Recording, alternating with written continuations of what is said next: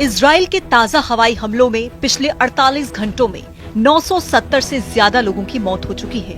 Gaza के स्वास्थ्य मंत्रालय के मुताबिक इजरायली सेना ने यूएन कार्यालय को भी निशाना बनाया, जिसमें एक विदेशी कर्मचारी की मौत हुई और 5 लोग गंभीर रूप से घायल हो गए।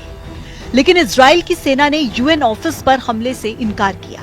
58 दिन तक क्रोध पालने के बाद इजराइल हमास पर फिर से टूट पड़ा। हमला सबसे भीषण हुआ।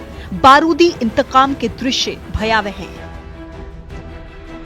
पिछले 48 घंटे से दिन रात गाजा में मौत नाचती रही, बम फटते रहे, मिसाइल धमाके होते रहे, रॉकेट की बौछार से धरती आसमान में एक जैसी आतिशबाजी दिखती रही। गाजा में तबाही का नया दौर, मगर ये सिर्फ हमले की शुरुआत है। इजराइल इससे भी व्यापक और विस्फोटक अटैक के लिए रेडी है।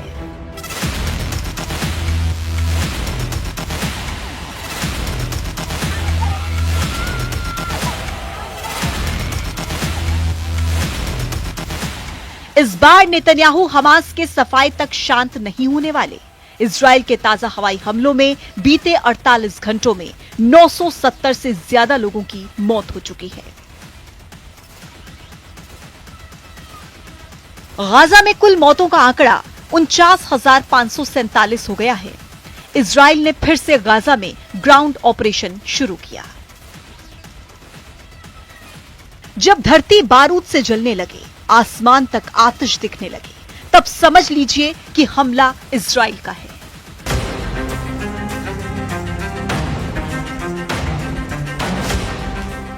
उसी इजराइल का जो अकेले तमाम दुश्मनों पर भारी पड़ता है।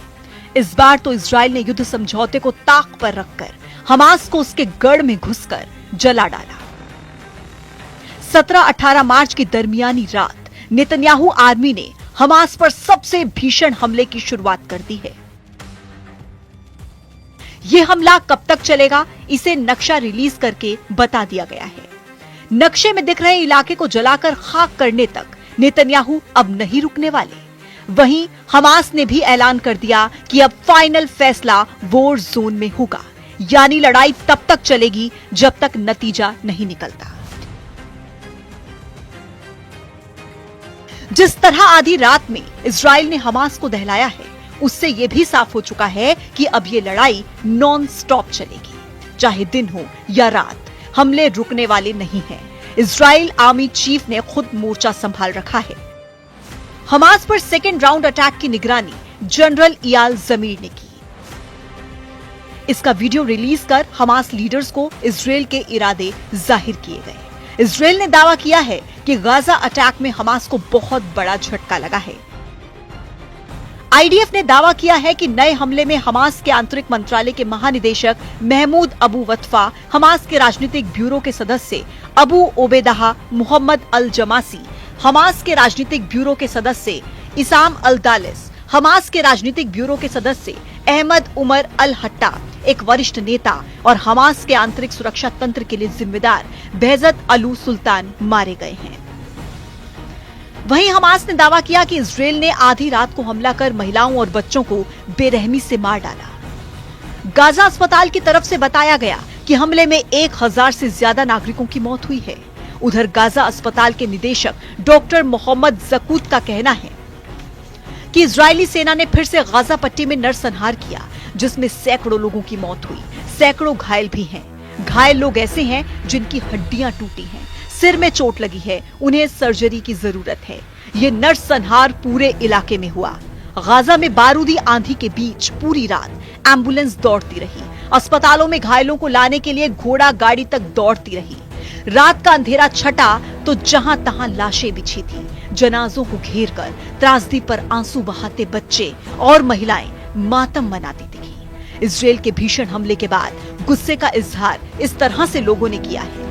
पूरी दुनिया अंधी बहरी हो गई है। देखो, ये छोटे छोटे बच्चों और बच्चियों की लाश है। सुबह के वक्त जब मेरी माँ सहरी बनाने के लिए उठी थी और हम लोग सहरी के लिए तैयार हो रहे थे, तभी हमारे पड़ोसी के घर पर हमला हुआ और उनका बेटा मारा गया।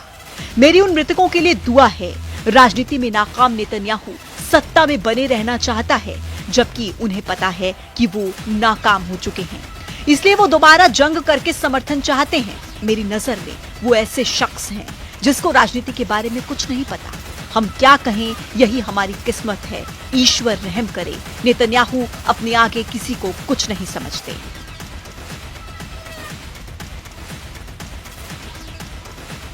इजराइल की बमबारी के बाद के दृश्य डरावने हैं। जिस मकान पर बम बरसा वहां सिर्फ मलबा है, आसपास बिखरा बारूद है, पर खच्चे उड़े घरों के खंडहर के बीच अपनों को तलाशते लोग हैं। खूनी कफन से लिपटे जनाजे गाजा में गली गली उठ रहे हैं, लेकिन ये त्रासदी की शुरुआत भर है। हमास नहीं माना, बंधक रिहा नहीं हुए, तो आगे जो होगा वो इस नक्शे में दर्ज है। इजराइल डिफेंस फोर्स के रिलीज नक्शे को आप देख लीजिए। नक्शे पर दिख रहा लाल इलाका कल को धरती से मिट सकता है। यहां इंसानों के बचे रहने की उम्मीद बिल्कुल भी नहीं रह गई है। नेतन्याहू ने इस मैप के जनरल इयाल जमीर को देकर फौरन एक्शन लेने का ऑर्डर दे दिया है। मतलब ये कि इजराइल हमास के आखिरी बचे गढ़ को ध्वस्त करना शुरू करने जा रहा है। इस लाल रंग की जद में जो रहेगा उसे शायद ही कोई अब बचा पाएगा। गाजा पट्टी में इजरायली सेना ने बड़े सैन्य अभियान की चेतावनी जारी की। जारी किए गए नक्शे में कई इलाकों को खतरनाक युद्ध क्षेत्र घोषित किया गया और वहां रह रहे लोगों से फौरन जगह खाली करने की वार्निंग दी गई। नक्शे को दिखाकर धमकी में कहा गया है कि गाजा के पश्चिमी भाग और खान यूनुस के कैंप में लोगों को सुरक्षित जाना चाहिए, क्योंकि जिन इलाकों को लाल घेरे में दिखाया गया वहां पर रहना जानलेवा साबित हो सकता है। इजराइल ने अपने अगले टारगेट को हमास के खिलाफ सबसे बड़ा मिलिट्री ऑपरेशन बताया है। इजराइल के हमले और धमाके के बाद हमास ने भी पलटवार का दम भरा। हमास टॉप कमांडर इज्जत अल रिश्क नेतन्याहू को धमकी देकर कहा है, नेतन्याहू का युद्ध को फिर से शुरू करने का फैसला बंधकों का बलिदान करने का है। नेतन्याहू की सरकार अपने आंतरिक संकट से ध्यान हटाने के लिए युद्ध का इस्तेमाल एक लाइफ बोट की तरह से कर रहे हैं। साफ है कि अब तक हुआ जुबानी और कागजी समझौता टूट गया है। यह युद्ध उन महाशक्तियों के रोके भी नहीं रुकने वाला जो खुद को सुपर पावर समझते हैं।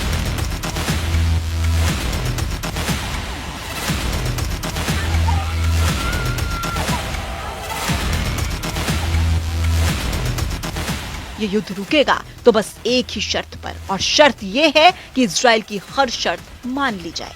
गाजा तभी बचेगा। इजराइल की शर्त यह है कि हमास का वजूद मिट जाए, फिलिस्तीन तभी बचेगा। इजराइल की शर्तें नहीं मानी गई तो जैसी तबाही शुरू हुई है उसकी हद पार होगी। हमले इस बार से भीषण होंगे। इजराइल भी मारेगा, हमास भी पलटवार के लिए रेडी है। हमास ने नेतन्याहू से बदले का ऐलान कर दिया है। हमास ने जब भी बदला लिया है, इजराइल में खून की नदियां बही हैं। तेल अवीव तक को जला डालने वाले लड़ाका ग्रुप ने युद्ध विराम के बीच हुए इजराइल के हमले का इंतकाम लेने की घोषणा कर दी है। हमास के कब्जे में अब भी 24 इजरायली बंधक बताए जाते हैं। हमास की टॉप लीडरशिप इन बंधकों को मानव ढाल की तरह इस्तेमाल कर रही है। इसलिए इजराइल ने दूसरे राउंड के युद्ध में सिर्फ बेत हनून, खरवत, खजा और अबासन इलाके पर हमले किए।